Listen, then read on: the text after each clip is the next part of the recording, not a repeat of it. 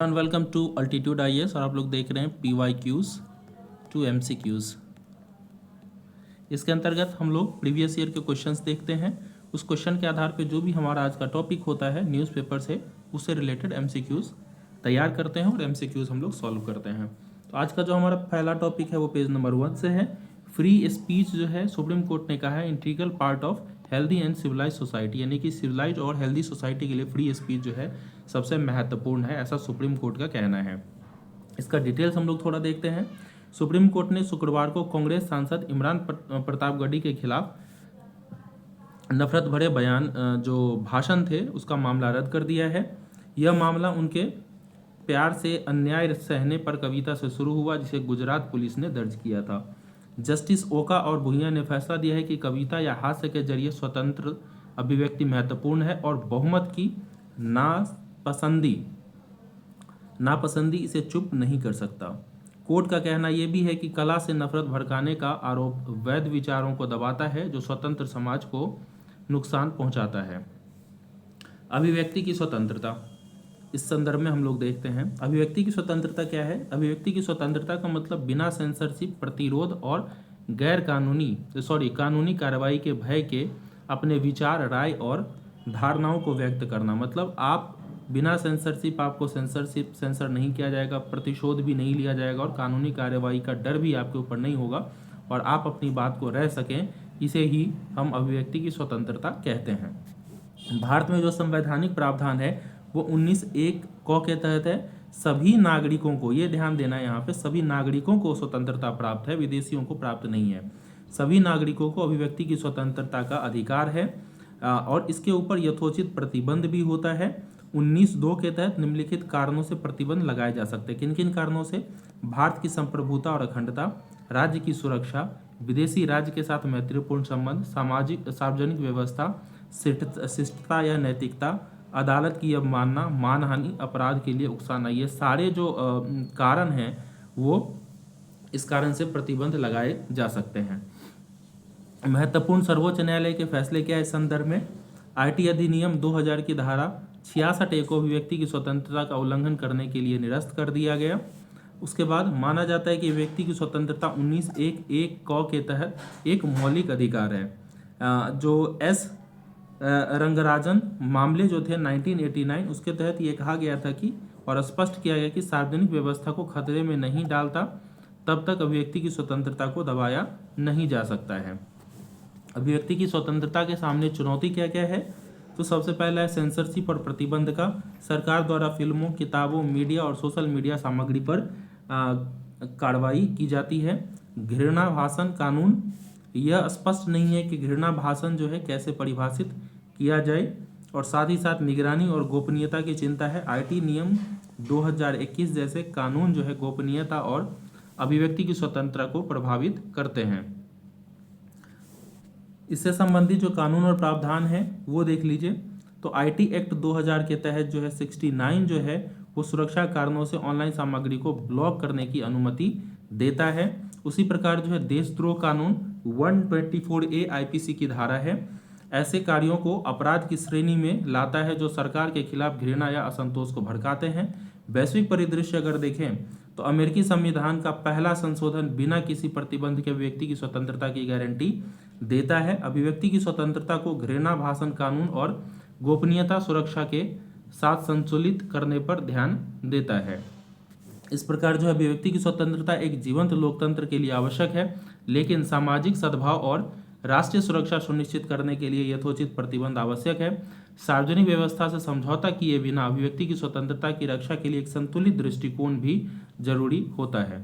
अगला हमारा टॉपिक है पेज नंबर 4 से, डाटा प्रोटेक्शन एक्ट जो सैंक्शन अंडरमाइन RTI लेजिस्लेशन, जो महुआ मोइत्रा हैं, ये सांसद है TMC के। उन्होंने कहा है कि डाटा प्रोटेक्शन एक्ट जो है जो लाया गया है उसमें कुछ जो चेंजेस किए गए हैं। Section 44(3) of digital data protection act 2023 ये क्या करता है? RTI राइट टू इन्फॉर्मेशन जो है उसको क्या करता है? ब्रीच करता है, उसको कम करने की कोशिश करता है।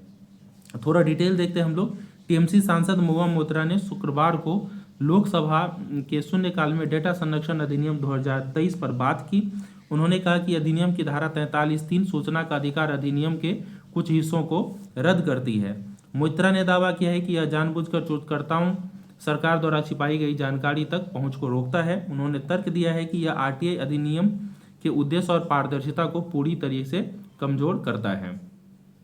आरटीआई एक्ट और सेक्शन 44 की अगर बात करें, डाटा प्रोटेक्शन एक्ट 2023 की, तो सेक्शन 44 जो है वो डेटा संरक्षण 2023 के कुछ मामलों में व्यक्तिगत डेटा के प्रकटीकरण से छूट प्रदान करती है ताकि गोपनीयता की रक्षा की जा सके। मतलब यहाँ पे गोपनीय बनाने की बात की जा रही है, जो खास करके व्यक्तिगत डेटा है उसको लेकर के। 44(3) की जो मुख्य विशेषता है वो हम लोग देखते हैं, गोपनीयता संरक्षण। ऐसा व्यक्तिगत डेटा के प्रकटीकरण को रोकता है जो व्यक्तियों की गोपनीयता को नुकसान पहुंचा सकता है। जनहित अपवाद, यदि यह व्यापक जनहित में हो तो डेटा का प्रकटीकरण किया जा सकता है। आरटीआई अधिनियम के साथ सामंजस्य यह सुनिश्चित करता है कि गोपनीयता की सुरक्षा पूरी तरीके से सूचना अधिकार को न रोके। सूचना अधिकार अधिनियम 2005 की अगर बात करें तो इसका जो उद्देश्य है सार्वजनिक प्राधिकरण के कार्यों में पारदर्शिता और जवाबदेहिता को बढ़ावा देना। डेटा प्रकटीकरण से संबंधित धाराएं देखें तो धारा 8(1) जो व्यक्तिगत डेटा से संबंधित जानकारी को छूट दी गई है जब तक कि यह जनहित में न हो। टकराव और चिंताएं देखें तो गोपनीयता बनाम पारदर्शिता का संतुलन, जो धारा 44(3) है, गोपनीयता की रक्षा करनी चाहती है, लेकिन यह आरटीआई अधिनियम के पारदर्शिता जो उद्देश्य है उससे इसका टकराहट है। जनहित बनाम गोपनीयता की बात करें तो जनहित को परिभाषित करना एक विवादास्पद मुद्दा बना हुआ है। संभावित दुरुपयोग की अगर बात करें तो वैध सूचना अनुरोधों को अस्वीकार करने के लिए गोपनीयता प्रावधानों का दुरुपयोग किया जाता है। इस प्रकार जो है सेक्शन 43 जो देखें, डेटा संरक्षण अधिनियम 2023 की धारा 44(3) और आरटीआई अधिनियम के बीच एक संबंध यह दर्शाता है कि व्यक्तिगत गोपनीयता और जन सूचना के अधिकार के बीच संतुलन बनाना एक चुनौतीपूर्ण कार्य है। इन उद्देश्यों को संतुलित करने के लिए स्पष्ट दिशा निर्देश और न्यायिक व्याख्या आवश्यक होंगे। अगला हमारा पेज नंबर 5 से है, university negligence led to Nepal student death. जो एनएचआरसी है, नेशनल ह्यूमन राइट जो कमीशन है, उन्होंने कहा है कि यूनिवर्सिटी के नेग्लिजेंस के कारण नेपाल के स्टूडेंट का डेथ हुआ है। इस संदर्भ में थोड़ा डिटेल देखते हैं। एनएचआरसी ने केआईआईटी विश्वविद्यालय को 16 फरवरी को एक नेपाली छात्रा की आत्महत्या के लिए जिम्मेदार ठहराया है। 20 वर्षीय छात्रा अपने हॉस्टल में मृत पाई गई। उत्पीड़न शिकायतों को नज़रअंदाज करने का विरोध हुआ है और केआईआईटी अंतर्राष्ट्रीय संबंध कार्यालय ने एडविक श्रीवास्तव के खिलाफ उसकी ब्लैकमेल शिकायत को लापरवाही से निपटा। एनएचआरसी ने पाया कि आईआरओ और अनुशासन समिति की लापरवाही आत्महत्या के लिए उकसाने के बराबर थी। इस संदर्भ में नेशनल ह्यूमन राइट कमीशन के बारे में थोड़ा जानते हैं। राष्ट्रीय मानवाधिकार आयोग एक वैधानिक निकाय है जिसे 1993 में मानवाधिकार संरक्षण अधिनियम 1993 के तहत स्थापित किया गया। इसका उद्देश्य जो है भारत में मानवाधिकारों की रक्षा और संवर्धन करना है। संवैधानिक और कानूनी प्रावधान की अगर बात करें तो मानवाधिकार संरक्षण अधिनियम 1993 के तहत यह अधिनियम एनएचआरसी की स्थापना, कार्यशक्ति और सीमाओं का जो है ढांचा प्रदान करता है। संविधान के अंतर्गत अनुच्छेद 21 की एक बात करें तो जीवन और व्यक्तिगत स्वतंत्रता के अधिकार की रक्षा करता है, जो मानवाधिकार संरक्षण का आधार बनता है। इसका अगर कंपोजिशन देखें, संरचना, तो इसके जो अध्यक्ष होते हैं सेवानिवृत्त मुख्य न्यायाधीश या सर्वोच्च न्यायालय के न्यायाधीश होते हैं।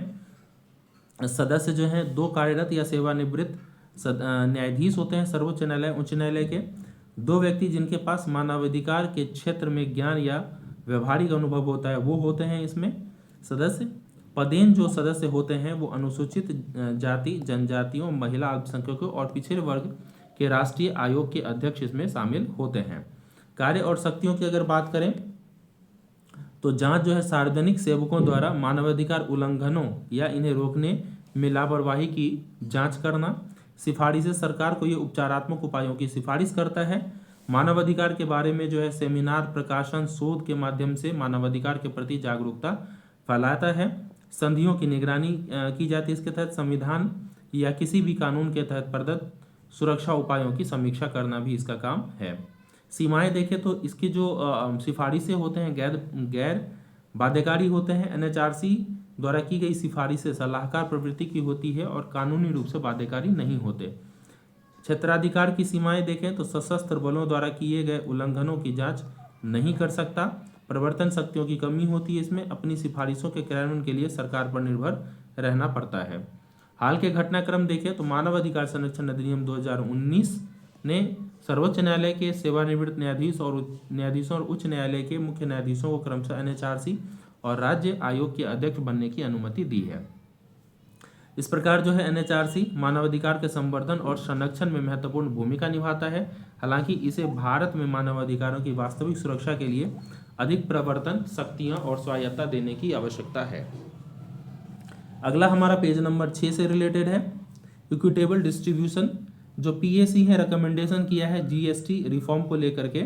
तो इस संदर्भ में हम लोग थोड़ा सा पीएसी की बात हमने कल करी थी, तो जीएसटी के बारे में हम लोग थोड़ा सा जानकारी प्राप्त करेंगे और इससे रिलेटेड जो भी न्यूज़ हैं उसको भी हम लोग देखेंगे। तो 19वीं पीएसी रिपोर्ट में जीएसटी व्यवस्था की आलोचना की गई है जो जुलाई 2017 के अप्रत्यक्ष करों को सरल करने के लिए शुरू हुई है। इसने फाइनेंशियल ईयर 18 से 20 तक अप्रत्यक्ष कर राजस्व में 2% की गिरावट दर्ज की है जो कोविड पूर्व थे। 6 साल से अधिक समय तक राज्यों के मुआवजा कोष और ऑडिट न करना एक बड़ी समस्या रही है। इसके तहत केंद्र का सीएजी को खाते सौंपने में विफल रहना मुआवजे में देरी का कारण बना, जिससे संघीय ढांचे पर दबाव पड़ा है। जीएसटी की अगर बात करें तो वस्तु एवं सेवा कर एक व्यापक बहुचरणीय गंतव्य आधारित कर है जिसे प्रत्येक मूल्यवर्धन पर लगाया जाता है। इसे भारत में 1 जुलाई 2017 को एक राष्ट्र एक कर के सिद्धांत के तहत लागू किया गया। संवैधानिक प्रावधान की बात करें तो 101वां संविधान संशोधन 2016 देख सकते हैं। इसके तहत जीएसटी को लागू करने के लिए अनुच्छेद 246A, 269A और 279A में संशोधन किया गया। 246A के तहत जो है संसद और राज्य विधान सभाओं को जीएसटी पर कानून बनाने का अधिकार प्राप्त है। यह ध्यान दीजिएगा, संसद के साथ साथ राज्य विधानसभा को भी जीएसटी पर कानून बनाने का अधिकार प्राप्त है।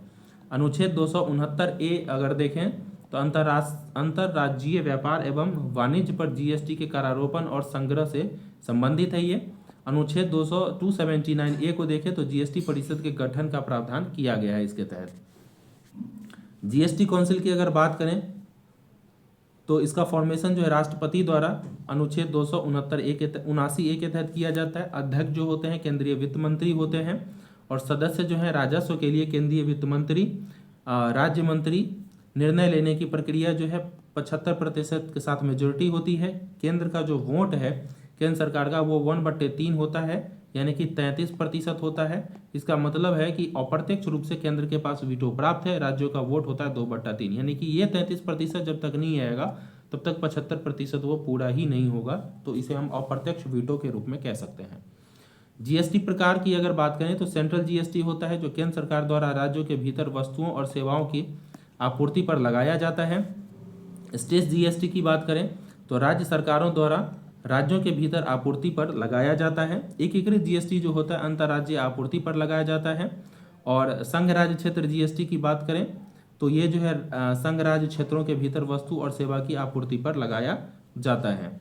जीएसटी के लाभ देखें तो समान कर संरचना है। विभिन्न अप्रत्यक्ष करों जैसे वैट, सेवा कर आदि को प्रतिस्थापित किया गया। इसके तहत व्यापार करने में आसानी होती है। सरल कर प्रणाली जिसमें कम अनुपालन आवश्यकताएं होती है। राजस्व दक्षता में वृद्धि, कर अनुपालन में सुधार और कर चोरी में कमी भी इसमें देखी जाती है। जीएसटी के अंतर्गत चुनौतियां क्या क्या है? तकनीकी समस्या है। रिटर्न दाखिल करने में जीएसटीएन जो है नेटवर्क पोर्टल में समस्याएं देखने को मिलती हैं। अनुपालन का बोझ जो है वो बढ़ता है। कई फॉर्म और समय सीमा करदाताओं के लिए भ्रम उत्पन्न करती है। राज्यों के लिए राजस्व हानि भी इसके तहत देखा जा सकता है। 2022 के बाद मुआवजा तंत्र में समस्या देखने को मिली है। हाल के अगर घटनाक्रम की बात करें तो अप्रैल 2023 में भारत ने 1.87 लाख करोड़ से अधिक का अपना अब तक का सबसे बड़ा मासिक जीएसटी संग्रह दर्ज किया है। विवादों के त्वरित समाधान के लिए जीएसटी अपीलीय न्यायाधिकरण की स्थापना का प्रस्ताव रखा गया है। इस प्रकार जो है जीएसटी भारत में कर संरचना को काफ़ी सरल बना दिया। आर्थिक एकीकरण को बढ़ावा दिया और पारदर्शिता में सुधार किया। हालांकि तकनीकी समस्याओं और अनुपालन बोझ की जो चुनौतियां अभी भी बनी हुई हैं, उसको अधिक कुशल जीएसटी प्रणाली के लिए संबोधित करने की आवश्यकता है। इस संदर्भ में हम लोग थोड़ा सा क्वेश्चन देखते हैं। एक प्रीवियस क्वेश्चन 2017 का देखें तो भारतीय संविधान में शोषण के विरुद्ध अधिकार के तहत निम्नलिखित में से कौन से प्रावधान किए गए हैं? मानव व्यापार और बंधुआ मजदूरी का निषेध, अस्पृश्यता की समाप्ति, अल्पसंख्यकों के हितों की सुरक्षा। तो शोषण के जो विरुद्ध अधिकार होते हैं वो कारखाना और खाद्यान्न में बच्चों के रोजगार का निषेध। तो इसका अगर हम देखें तो 1 और 4 जो इसका सही आंसर होगा, मानव व्यापार और बंधुआ मजदूरी का निषेध और साथ ही साथ कारखानों और खाद्यान्न में बच्चों के रोजगार का निषेध। सेकंड इसलिए गलत है क्योंकि अस्पृश्यता की समाप्ति जो अनुच्छेद 17 के तहत आती है, जो समानता के अधिकार का हिस्सा है, न कि शोषण के विरुद्ध। वहीं जो स्टेटमेंट 3 है, अल्पसंख्यकों के हितों की सुरक्षा 29 और 30 के अंतर्गत आती है, जो सांस्कृतिक और शैक्षणिक अधिकारों में आती है, न कि शोषण के विरुद्ध अधिकार में।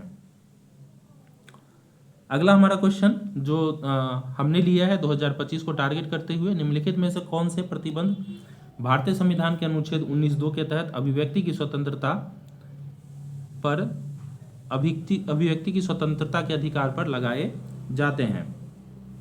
तो इस संदर्भ में जो हमारा पहला स्टेटमेंट, भारत की संप्रभुता और अखंडता सही है। राज्य की सुरक्षा, निजता का अधिकार, सार्वजनिक व्यवस्था, शिष्टता या नैतिकता। तो इसमें जो है निजता का अधिकार इसके तहत नहीं आएगा क्योंकि वो जीवन के अधिकार के तहत आ जाता है। तो 1, 2 और 4 इसका जो सही आंसर हो जाएगा। तो थर्ड स्टेटमेंट गलत क्यों है? क्योंकि निजता का अधिकार अनुच्छेद 21 के तहत आता है, 19(2) के तहत नहीं आता। निम्नलिखित में से कौन सा कथन जो है सूचना के अधिकार आरटीआई अधिनियम 2005 में के बारे में सही है? तो आरटीआई अधिनियम की धारा जो 8(1) जो है, व्यक्तिगत जानकारी की प्रकटीकरण की अनुमति देता है यदि वे जनहित में हो। बिल्कुल सही होगा ये। सेकेंड जो है, आरटीआई अधिनियम की धारा 44 थी, मुख्य रूप से विसल ब्लोअर की सुरक्षा के लिए नहीं है। विसल ब्लोअर की सुरक्षा के लिए अलग से कानून बनाए गए हैं। तो अनुच्छेद स्टेटमेंट 1 जो है सही हो जाएगा। सेकेंड गलत इसीलिए है क्योंकि विसल ब्लोअर सुरक्षा जो है आईटी अधिनियम के अंतर्गत नहीं आते, बल्कि विसल ब्लोअर संरक्षण अधिनियम 2014 के अंतर्गत आते हैं। अगला क्वेश्चन हमारा NHRC national human right commission से है। एनएचआरसी एक संवैधानिक निकाय नहीं है, ये वैधानिक निकाय है और अनुच्छेद 21 के तहत भी स्थापित नहीं है। अनुच्छेद 21(1) जो है कहीं ना कहीं प्रेरणा देता है, लेकिन उसके तहत स्थापित नहीं है। एनएचआरसी को अपनी सिफारिशों को लागू करने की शक्ति प्राप्त नहीं होती, ये केवल रिकमेंडेशंस देते हैं। तो फर्स्ट एंड सेकेंड दोनों जो है इसके तहत गलत हो जाता है। अगला जीएसटी से रिलेटेड क्वेश्चन है, तो इस संदर्भ में देख लीजिए स्टेटमेंट क्या कहता है।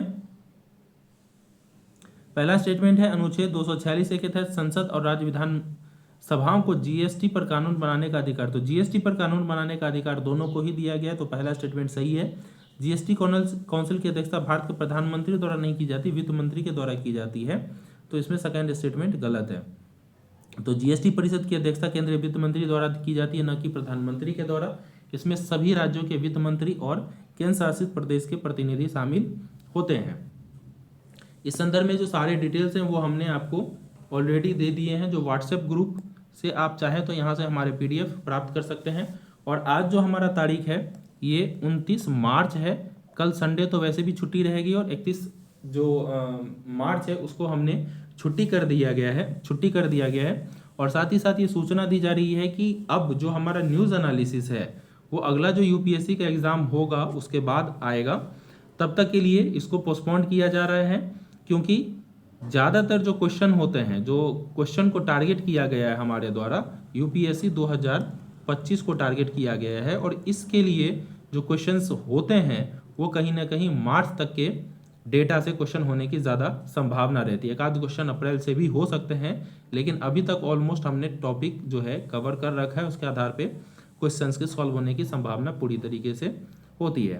तो हम और दूसरा इनिशिएटिव्स लेकर के आएंगे तब तक एग्ज़ाम को कवर करने के लिए। तो मिलते हैं अगले हम नए इनिशिएटिव्स के साथ, तब तक के लिए बहुत बहुत धन्यवाद।